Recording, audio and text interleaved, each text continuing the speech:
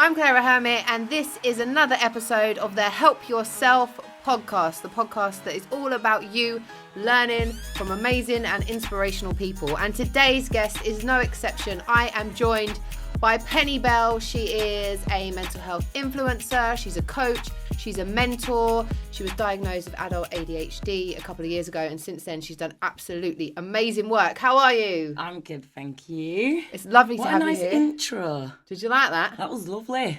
I like your accent. Thanks. Even though you're not from up to north. I know, it's just intro. Sometimes it happens, doesn't it? Yeah. Just drop into certain words. Different accents.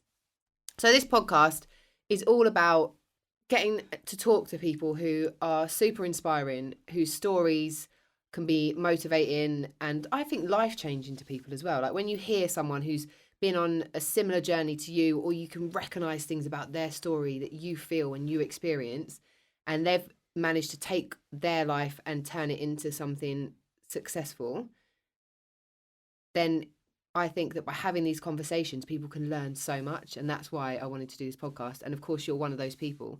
Thank you. And I think I've known you for years, and it's been like a beautiful experience to watch your kind of journey as you've kind of found your space. Would you say you found your space now in the space you're in? What do you mean? As like a coach, as a mentor, 100%. and talking about ADHD, because it's only a few years ago that you found out that you had it. Yeah, exactly. It was just under 3 years. So just over 2. Yeah. But yeah, I always had a desire to help people just because I'd been through a lot when I was younger, and so had my mum, and I identified that, you know, if there was more support around us, things might not have gone in some of the negative directions that they did. So I always wanted to do something to help people. I kind of wanted to be a probation officer at one point, a vet. Really? And then I wanted to do things like just work with young people. Yeah. So yeah, when I got diagnosed, I didn't know anything about mental health. So I knew I wanted to help people that struggled. Yeah. But I didn't know nothing. I didn't know what mental health kind of meant.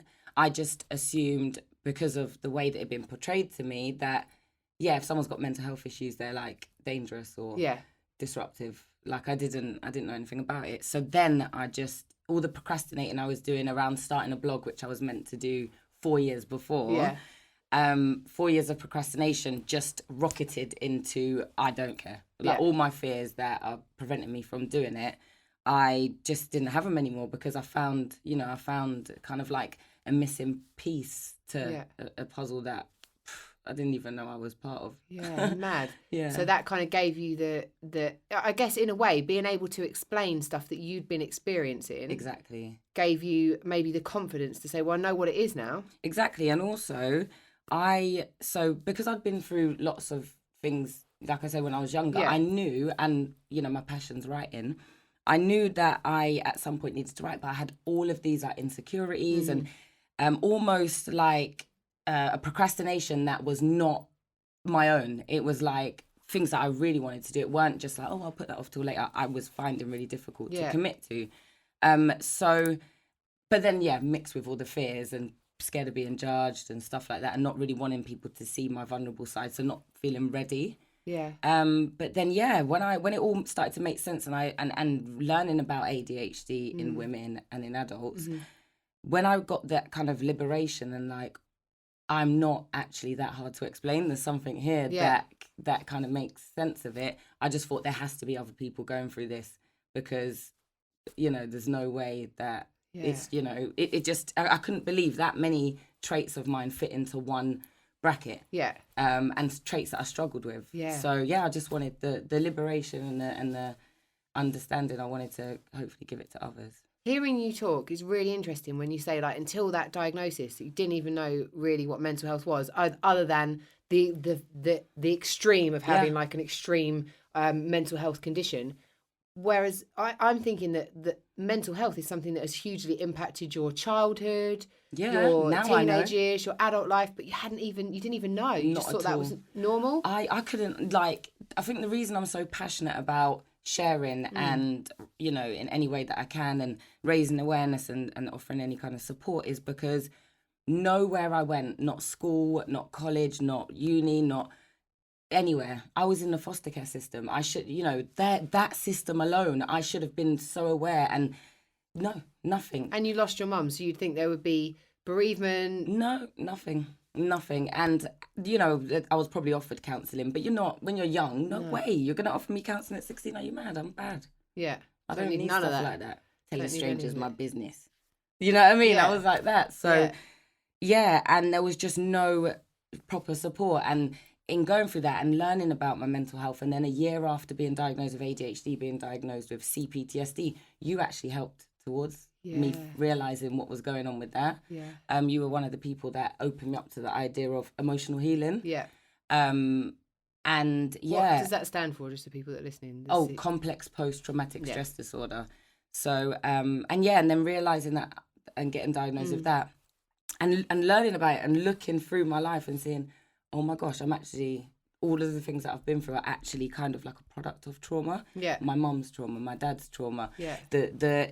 I realised that this is it. And funnily enough, some of the harder to deal with side effects or traits of someone suffering with trauma, away from all the obvious ones of flashbacks and stuff like that, is similar to severe ADHD. So I had double bubble. Yeah.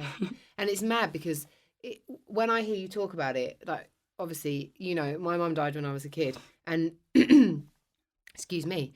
And when I hear you talk about it, I didn't, even though I had like severe bulimia, like no one really said to me about mental health. Like it wasn't even a thing. I wasn't offered any kind of like, any kind of counselling or anything like that. And I think because my dad was like a man of a certain generation, his thing was you get up the next day and you just carry on as if plow through regardless. But obviously as humans, we have the process of grief for a reason. It's our way, it's given to us the gift to be able to process the things that happen to us. So by ignoring it, so from talking to you, I learned about like a post-traumatic stress syndrome, and then that explains some of the things that I have and the behaviours that I have. And do you remember when, sorry to cut you, do you remember when me and you were chilling that time and I was like, you seem pretty ADHD to me, like what I clocked is that I thought, is ADHD so much more common than I think? Because I am not just someone who's now like, oh, ADHD. It takes me a long time being around someone to say to myself, I think they've got ADHD too. But what I started realising is that might not be the thing we have in common. Yeah. It might be the trauma. Yeah. And when I realised just how many people, because I have like friends who I'm like, she's ADHD too. And then there's something she would do which is so a person with ADHD couldn't do. And I'll be like, And then I realised this common denominator that I was having with almost everybody that I talked to on a level was trauma. Yeah. And because the symptoms can be similar, not as many people have ADHD as I thought, but almost every single person that I speak to, that even people that I know already, I realised that they're dealing with undealt with trauma and completely ignored or buried. And that's almost everyone. And the hardest thing is that if you are suffering with trauma and you don't remember the trauma, so you think, well, I know this thing happened, but I don't remember it, so I know it's not affecting me. Your brain might have done something to help you forget, but your body will still go through the shock, depending on how long you've locked it in. So over time, what was happening to me is I had ADHD, but it's obviously able to be managed, and it was quite quirky. So when I look back to my childhood, it was like quite quirky, but the trauma and the years going by of not dealing with different things and then getting over something, feeling like you've got over it, like with eating disorders. I had eating disorders too, and when you stop making yourself sick, you think you're over it, but it's a mental health condition, obviously. So forgot what I was saying. This is what happens. Yeah, it happens. We'll just wait. No, I'm joking. But yeah, with all those different things that I kind of just thought I was over, but stopped. Yeah. So like, stopped being scared of someone who was abusing me. Stop. You think you're over it because you're not thinking about it anymore. And then that's when you haven't dealt with the trauma that goes with it. So then over the years, the things that kind of show up, so even inability to concentrate or stuff like that's an effect of ADHD and trauma. So that my inability to concentrate got worse and worse and worse as more trauma got thrown into the biscuit tin that we tied up so the kids couldn't eat them. Yeah.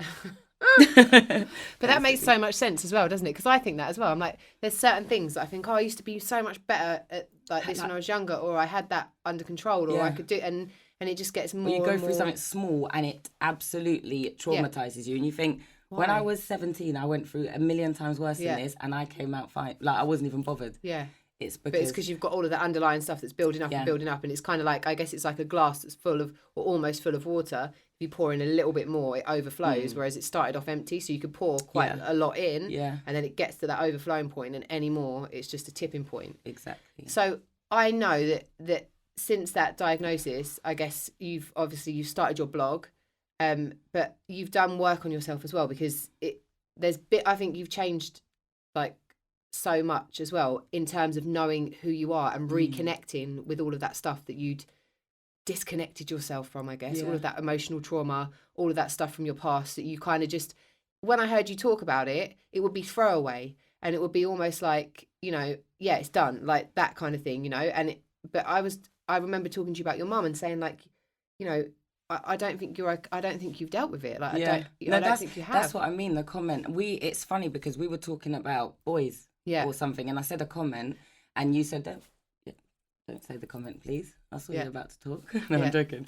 But you said, do you think you've dealt with what happened to your mum? And I was like, whoa, this is not related. And then when I got why you said it, I instantly, and I've never considered it.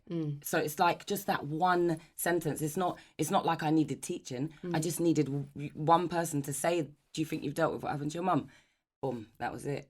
I then thought, maybe I haven't. So my prayers were like directed in a way of, if I haven't dealt with what's happened to my mum, Lord, can you kind of bring it up? And then, wow, be careful what you wish for. Yeah.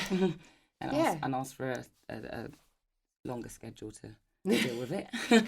Can you do it over the next 3 years, very gradually? Could you not do it all in 1 month? But that's what happens. It's like sometimes when you make that connection and you realise, then that thing that you've been holding on to for so long suddenly has the permission and the freedom to just go whoosh, and it's like all of this stuff. And it's so difficult to explain to people who haven't been through something like that, because the way that I try and explain it is, what people have to understand is the emotion that I'm dealing with is the emotion of a 9-10-year-old child that I've held on to.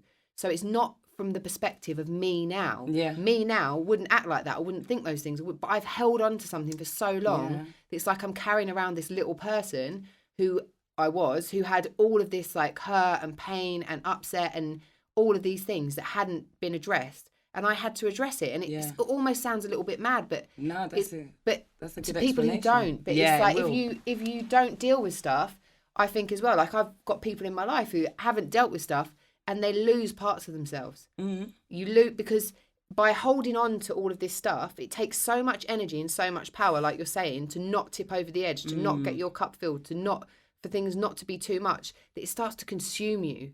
So your personality changes. To cope everything, with that, as well. And your habits, like, people will then use distractions, and it could be drinking, or it could be sex, or it could be drugs, or it could be whatever. But because it consumes the whole person. And that's what happens if you just don't deal with the stuff that happens to you. And you don't know what it is. Like, even if you find, like, for instance, you keep hiding trauma, you keep, proving to everyone how strong you are and getting over everything. And then say, for instance, you get triggered. Someone says something, or you go through a situation that reminds you, without you realising, it reminds you of something in your past that hurt.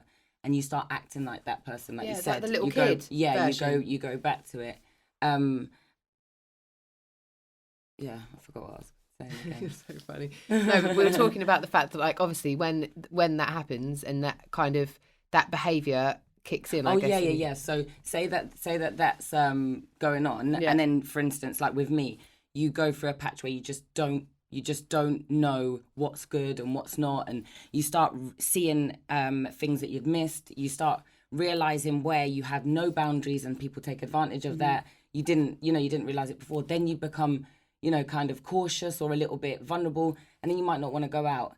But because you don't want to come across rude and you don't want people to think that it's them why you don't want to go out, you might force yourself to go out. And for me, I had to drink to force myself to get into that mood where I'm not overthinking. Yeah. So then I got into a pattern of having to be semi-smashed just to socialise. And that, like you said, it's just another coping. And you don't know what's going on. You think your personality's dying. You think, gosh, I used to be so sociable. I used to be really fun and relaxed. And now I'm just like, am I changing for the worse? Let me just drink through this and get back to my...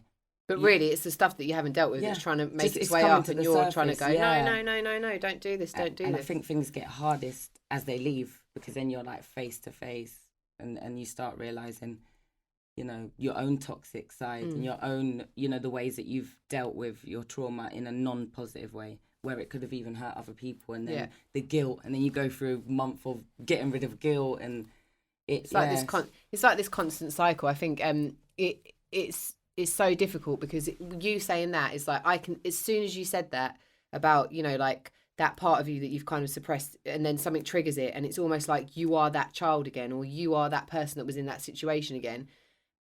Like that's happened to me so many times, and then people, you know, and then it's like I look back, but it's like it wasn't me. It wasn't me who acted like that. So, for example, this is years ago. I was dating somebody, and I can't remember what happened, but I think it was because, like, I had such a fear of people leaving me that they would never ever come back. I'm never going to see them again, which is obvious to see, like, I guess, like where that kind of came from.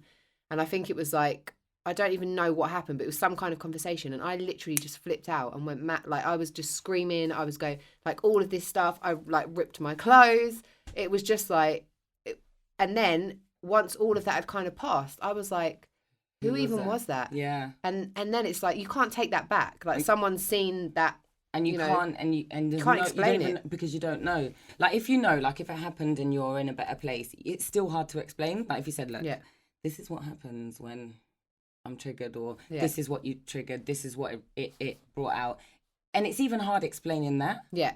Because some people are just like excuses, or they just don't get it. Yeah. But when you don't know, and you just, you know, like with me, if I did things like that in the past, I would just assume that relationship or friendship's over and never contact that person again, rather than have to talk about the fact they don't want to contact me, and then find out after that they couldn't believe I didn't contact them again and was devastated, and I would never have thought that. I thought that they were, you know. So again, just always trauma responses, always just protecting yourself from feeling the initial thing that caused you to be a bit broken. So for you, how have you managed to really start to change that and make changes to your behaviour? Because obviously once you get given this, I guess in a way, kind of a gift of a diagnosis, because like you said, suddenly it was like, oh yeah, that's all of it together in one thing. Now I understand.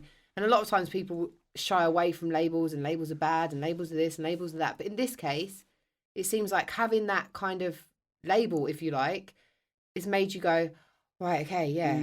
So I know what to do. Yeah.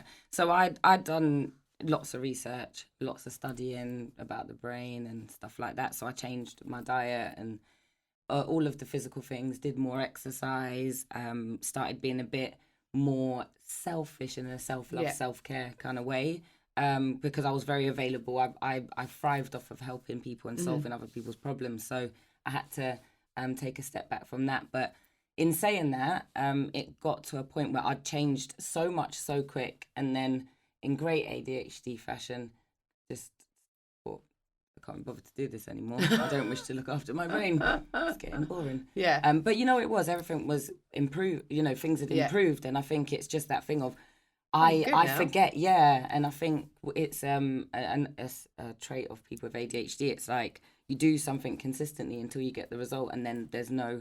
It's not even like you decide not to. It's just the chase has stopped, so you look for something else to chase. And you forget that you got to maintain some things too. So and it was in it, around that time it started off with a traumatic experience that happened at work. I just found that I couldn't manage my ADHD anymore. I didn't want to drink water. I didn't want to do a morning routine. I didn't want to exercise. I didn't want to do none of the things at work. And I was having lots of weird emotional flashbacks. So just out of nowhere, just changing and feeling like my whole personality and my whole emotional states just changed out of nowhere, like nothing's really happened. And that's when I found out that I was dealing with the CPT trauma. So it's able to manage, you know, ADHD naturally, but there are medications and stuff. But obviously, I just want to try steer away from the narcotics. Yeah, is that narcotics, prescribed drugs? Yeah, that's fine. That'll do. We know what you mean. Yeah. So how do you find ways to manage it on your own? I know you've got like an online course that you run for people. I've tried to pack loads of it into that, but yeah, with loads of things. So like I said, with the diet and changing my routine, but also there are, sides to ADHD where it's your brain is just like it feels like you've got like 6 or 7 brains, and they just all voluntarily take over whenever they want. So I have to use alarms a lot for staff, and like reminders, and carry loads of notebooks and to-do lists, and then reminders to look at to-do lists. But yeah, it's there's loads to it. But I guess as well, it's I started seeing a talking therapist, so like and whilst I did kind of start thinking, because they're not helping me, they're not telling me. I didn't realize that you just talk, and I just found it irritating a little bit. So, but then when I'd get in there, I'd be so irritated, like, gosh, I've got to just talk to you. I'd be like, and I'd just verbal diarrhea. Yeah, it was like, and I'd hear myself say things that I just didn't know I was feeling, or because I'm not worrying about if, like, for instance, if I talk about a trait of my ADHD that maybe you might have been at the hands of, like, say being late. Yeah. If I wouldn't want to talk to people about it in case they had been a victim of my ADHD in any way. So not that with my friends I wouldn't. It's just I just overthought everything. And with having a therapist, you just talk. How often do you speak to someone who actually is listening but doesn't know you and doesn't have an... Do you know what I mean? I didn't even think of it like that. I thought that was the most petrifying, off-key, off-putting thing in the world. Like, but yeah, and she kind of gave me that space to talk and say things that I didn't realise I was dealing with. And then I'd go home, think about it, study it. Within a week, it's not an issue anymore. Amazing. Literally, because of the intensity. Like, I was signed off work and everything. I had all this time, which I'd never had. So, I was able to put the hours in. But I think that's the thing with when it comes to therapy or working on ourselves, people have to remember that you are the result of, however many years of programming. So when you really want to make changes, it's not easy. It's not like, oh, I'll just, click my fingers and everything will be better and everything will be different. Exactly. It's a hard slog. Yeah. And like you say, you've got to study yourself because you've got to work out what beliefs and what limiting beliefs you have and negative self-talk. And some of them are so natural. Some of them are just like when you realise that there's a thought pattern that you've carried for your whole life and it's not beneficial and it's not real. It's that the shock of it, the guilt that you are doing that to yourself, and then just shame as well, thinking how can I have been walking around feeling like that or thinking that and not, But then also the blessing that you can let it go, like you can realise, because I think like for me it's like that thing of there's a lot of things that you believe about yourself, and I guess this is what you're talking about. So it's like I like for a long time I believed that no one liked me. And so because I believed no one liked me, it completely changed how I behaved in situations, how I my physiology in situations. How you thought they were receiving you. Exactly. But I believed I didn't. It wasn't it wasn't like a thought or whatever. It was an ingrained fact to me. It was fact. There was no yes or no, or I didn't even consider it. It just was. That's just the way the world was. That's it. And then when I like learned about questioning, thoughts and beliefs, and actually question that, it's mad because when you go through a series of questions, and there's a lady called Byron Katie who has a thing called The Work, and she has this series of questions that you can ask of your beliefs. And the questions are like, you get to the end of it and you have to find out 3 reasons. So you flip it, so you make it the opposite. So instead of being people don't like me, you make it to people do like me. And then you have to find 3 reasons why that statement is as true or truer than your original one. And so by the time you get to the end of it, you've got actual evidence that this thing that you've believed your whole entire life, that you've built your whole life on, is actually a lie. Just from a few questions. Just from going through these questions. And it shifts and changes and chips away at things, because when you start to question these things that you're believing, they're not even true. Even if it's someone that you have like a bit of a, you might have a relationship with them that's very like stressful, there's a lot of like turmoil and it's not great. So your assumption is that person doesn't love me. But when you actually go through these sets of questions, you'll discover that they do love you, but only in the way that they can love you. So it changes how you, because you're feeling like, I'm not getting any love from this situation. This person doesn't care about me. You're making it all about you. But then when you do these questions, you realise actually, no, they do love me, but the emphasis and the problem is with them. Yeah. It's not with me. And you've probably got different love languages. Exactly. And it makes it, but even if it's like a family member or anything, it's like, it's giving, that's the only way that they can love you. And it's understanding that the other stuff you kind of just made up and added on. Yeah. Because of the feeling that you got from that lie. So you make up a story. Yeah. So that then you get a feeling. Quick answer. Yeah. Exactly. But it's life changing when you start to, I guess, question all of those thoughts and those beliefs. So when you discovered with the ADHD, and then you decided to start doing this blog, and it's obviously grown, and there's a lot of people that are interested because there's not a lot of people who talk about it, I suppose, as well. When did you realise that it was actually going to be like a career, that actually this is something that I can pursue and turn into something more than just a blog? That didn't like hit me until quite a while after. So when somebody asked me to write an article for them, paid, and my dream, from growing up was to be a writer, but I always thought I had to go through, uni, publish a book and all of that before I could ever. So then I knew that I was able, it was realistic that I could reach, that I'm potentially living my dream, even though I was uncomfortable and not happy. There was an element of that. But I think it was, I've always, like I said, I didn't know whether I wanted to do like probation work or counselling or something with young people. But then I hated all the restrictions when I used to look up courses and like what, how many rules and regulations there are working or talking to certain people. And I thought, that's not me. I'd rather volunteer. Do you know what I mean? But yeah, a friend of mine, literally, we were having a long conversation, and at the end or the day after, they just said to me, "You'd be a sick life coach, And I was like, I already am. Just literally like that. And then I found a way to kind of include all my other interests. So love working with young people. So going to schools and working with young people it's probably the best place to start, really. So going into schools and just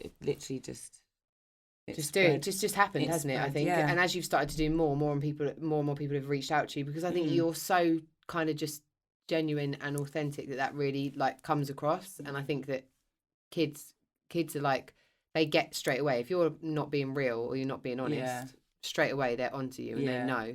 Whereas if you come at them with brutal honesty sometimes as well, that's what they need. Like they need to know that you're coming from a similar place to them, and then they'll listen. Yeah, that you're not trying to be like telling them what to do or how to do it. So for anybody who has had, I guess, there's loads of people that have had traumatic starts to life or have had traumatic events happen to them in life. What's your kind of advice to those people? There's so many different, I wouldn't know where to start, but just to if there is, like, if anyone's listening who knows that always described as a strong person, the people that I hope to reach out to are people who have probably been told that they're so strong and admired for being cold, basically. So they've kind of got their little dopamine boost through hearing those things. So anytime something bad happens, or if they feel like they're to blame for a decision that turned into a traumatic experience, instead of just putting the lid on it, is to find somewhere where you can get reassurance, attention, comfort. Because if something bad happens and you get all of those three things straight away, it won't lead to mental health issues. Right. It won't lead to loads of your years and loads of your life being put on pause and you acting like a character you don't recognise. So I guess reaching out to places like if you have people to talk to, and just someone who could even, if you, some people can get traumatized by being rejected for a date, for instance, and just having someone say, that rejection could have been protection. You're actually amazing, so don't worry. Man. That alone can stop that rejection turning into that person then being completely allergic to dates, completely low self-esteem, just one word. So I just want to encourage people to either call Samaritans, Childline, depends on how old you are, can be up to 24, I think, or find someone that you can just talk to and just admit that you feel vulnerable, admit that something small hurt your feelings or that something old is coming back up, because once you do that, you're positioning yourself for healing, and trauma is a wound that can be healed. But if it's not dealt with, it will lead to mental health issues that might not even be picked up. Right. Okay. So just heal. Take yeah. that. I think it's about taking sounds that so risk. scary, being like, oh my gosh, I've got to heal. But you can heal in one day with Yeah. one conversation. But just to seek that, just to know that you don't have to, you know, just because, you know, you can move on doesn't mean you're over it. No. So if something hurt your feelings, just go into them feelings and kind of comfort They're there yourself. for a reason. Yeah. I think that's like feelings are like little signposts. Like, hi, notice me. And when we don't, and we just kind of, like we've said, you just push them away, then they end up getting worse and worse. You feel embarrassed for But feeling them. It's so mad that you say like that about, you know, like when you like rejection actually being like, no, it's for you, it's for you. It was never about, because that's kind of like, I guess it's happened to me a lot, where it'd be like if someone's not into me, I take it as there's something wrong with me, like what, it's me, it's this. Now if something like that happens, I'll be like, no, that is like God's way of telling me that person is not for me. Yeah. And I, under no set, like in the past, it would have made me chase that person. Yeah. Whereas now I just go, like, turn my back and walk away, because I already know that that's for me. That's a gift for me. That's a sign for me to say, this is not for me to pursue. And it doesn't need to be another person. It could be a business opportunity. It could be a friendship. It could be absolutely anything. Like when it doesn't work out, I'm not saying don't pursue things and don't try hard, because we have to do that to build our careers. But when something like that happens, when the door's slams in your face, don't take it as there's something wrong with you. Take it as thank you and keep it moving. Because because if you need to kind of have that attitude of, if something's perfect for me, why don't I deserve it? Why would it be dangled in front of my face like a carrot for my whole life? That's not how it works. No. And if you know that, but then victim mentality makes you feel like that's the case. Everything I want never happens, you know. So just knowing that if... And then victim mentality, would you say that's something that you ever had? Yeah. Yeah, because I think like... I think there's different... People use it in different ways. Yeah. Do you know what I mean? But yeah, and at some point... Do you think getting over that is like one of the biggest things, or biggest kind of like routes into change? Yeah, well, you have to... I think with me, I had to identify that I was a victim as well first. Yeah. And then when I did, oh gosh, carried a violin everywhere. Yeah. Just, do you know what I mean? But yeah, then I would feel like anything anyone said or did was like, oh, just to drain me or just to deplete me. This is the attack on my life. Do you know what I mean? Yeah. So yeah, when you carry that, you operate from a point of rejection. Yeah. So you walk around, you know, it's someone at my church said, I'm not who I am. I'm not who you think I am. I am who I think you think I am. Yeah. And that's not obviously true for your true identity, but that's how you behave. Yeah. So if you're amazing and Rob thinks you're amazing, but you think Rob thinks you're a bit of an, you know, twat. Yeah. Wait, is that? Yeah, it's fine. Yeah. Then you're going to walk around acting like a twat. Yeah. Because you already think that's what they think. And yeah, you've got to. So it's very destructive, isn't it? And I think like that whole victim mentality is definitely like was something it was like poor me. It was always like poor me, and it's happening to me, not for me. Like it's happening to me. It's poor me. Yeah. And it wasn't until someone said to me, like in a conversation, where it's like you have to take responsibility for your whole entire life and every single thing that's happened to you. You have to take responsibility, and that doesn't mean when something happens like, you know, your mum passing or my mum passing, that's my fault and I've got to take responsibility for it. What I have to take responsibility for is the fact that I have a choice about the way I think and feel about that event. I have that choice, and that's my choice. I can control that. But falling into a victim mentality, then everything that ever happens is always against you, because that's the way you see it. You're wearing a pair of victim glasses. Yeah. And that's the truth. You won't, until you take them off, nothing positive can really happen because they're always there.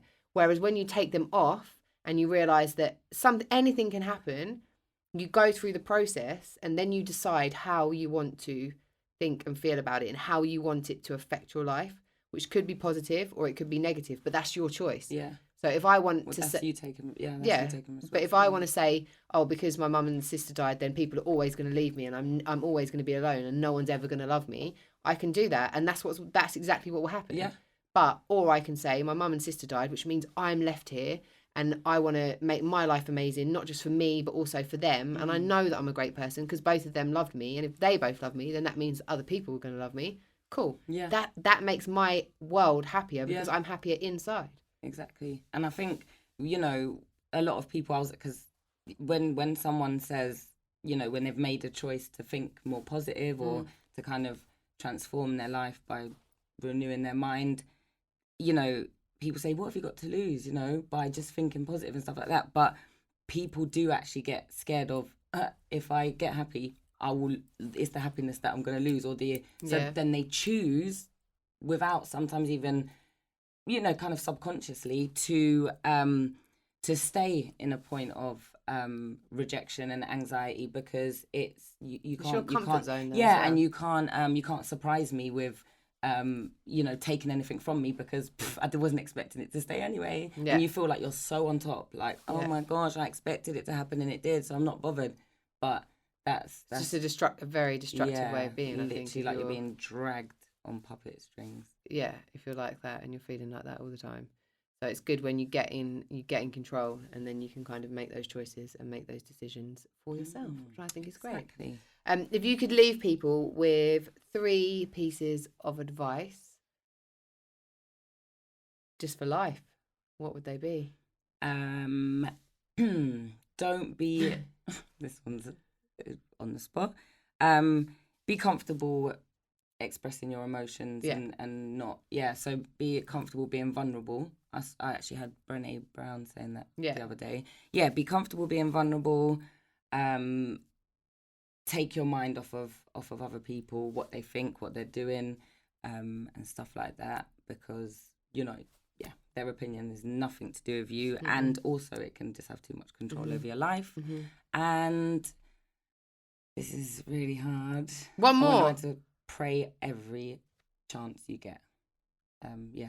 Not everyone can afford a counsellor, but God is the great counsellor. So just get it all out. Even if you don't feel like speaking to strangers, you don't have anyone you love or you think loves you enough to no, not anyone you love, but you know, just write or speak to God, journal or I think talk. It's important, get it out in some kind of way, what's going on in your head. Just quickly before we finish the podcast, when you said that about people like not worrying about anyone else's opinion, it just reminded me of something that I was talking about. I was doing like a mentoring session for some kids at school, and I was trying to explain to them about that exact concept. And something that came up that Byron Katie, who I mentioned earlier, always says is that what someone else thinks of you is their business. And the way that I was trying to illustrate it to these young people was like, so you're there, that's your business, you and that chair is your business, this is me and my business, right? But then if you say to me something like, oh, Claira, that's a horrible outfit, and I start thinking about that, and I'm like, Penny said this is a horrible outfit. Penny, does this mean this is a horrible outfit? Suddenly, I'm not in my business anymore. I've got out of my chair, and I've gone over here, and I'm now sitting over here on your business, right? So who's looking after my business? Who's taking care of my life and what's happening in my life what's going on in my head and how I'm feeling? And so it's about... And no one would ever ask and say, you know, when you said that, did you mean it? Yeah. Or was it just... No one would... You just think, I could never show that side. I don't want them to think I'm bothered. But everything about you's bothered. Yeah. Such a waste of energy. It is. Just get back in your own business and stay focused. Because literally... you saying you didn't say that about my outfit, but if you did say that about my outfit, say that day I've got like 10 things planned to do that are going to further my career and make my life better. I've become so obsessed in your business that my business, those 10 things I need, just doesn't even get done. Nothing happens. So it's really about becoming conscious and aware of the fact that what someone else says is everyone's going to have opinions. That's their business. Leave them to it. Come back into your own business. Exactly. Stay right there. Chill out. Where can people find you if they want to follow you and like all of your things and to see more of your stuff, maybe do one of your courses, all of that jazz? Penny Belle online, Instagram, Penny Belle, and Twitter's Penny Belle _9. Penny Belle is actually my Twitter as well, but I got locked out. I've got that with an Instagram. I think people keep following it. You never tweet. And I was like, oh, you got that account. Sorry about that. But so there, or my website, pennyjarrett.co.uk. I'm working on it all the time, so whoever looks, don't giggle. Good stuff. But everything's up there. Good stuff. And you're taking on a challenge, man, and you're learning new things. I appreciate that, and I think it's great that you are. Thank you so much for joining us. Thanks for having me. It's been amazing to have a conversation with you, and keep doing what you're doing and making the world a better place. Thank you. Cheers, biggies. Cheers.